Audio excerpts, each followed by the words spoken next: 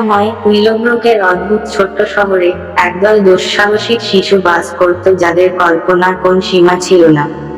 প্রতিদিন বিকেলে স্কুলের পরে তারা তাদের গোপন আস্তানায় জড়ো হতো, তাদের শহরের সীমান্তবর্তী মন্ত্রমুগ্ধ বনের হৃদয়ে একটি ছোট পরিষ্কার। সেখানে লুসি ছিল, তার জ্বলন্ত লাল চুল এবং চকচকে সবুজ চোখ সহ নির্ভীক নেতা, দলটিকে তাদের পরবর্তী দুর্দান্ত দুঃসাহসিক কাজে নেতৃত্ব দেওয়ার জন্য সর্বদা প্রস্তুত।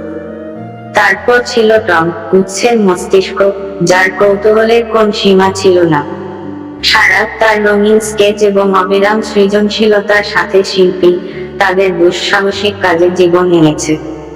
এবং অবশেষে ম্যাক্স ছিল, গ্রুপের সবচেয়ে ছোট কিন্তু সিংহের মতো সাহসী হৃদয়ের অধিকারী।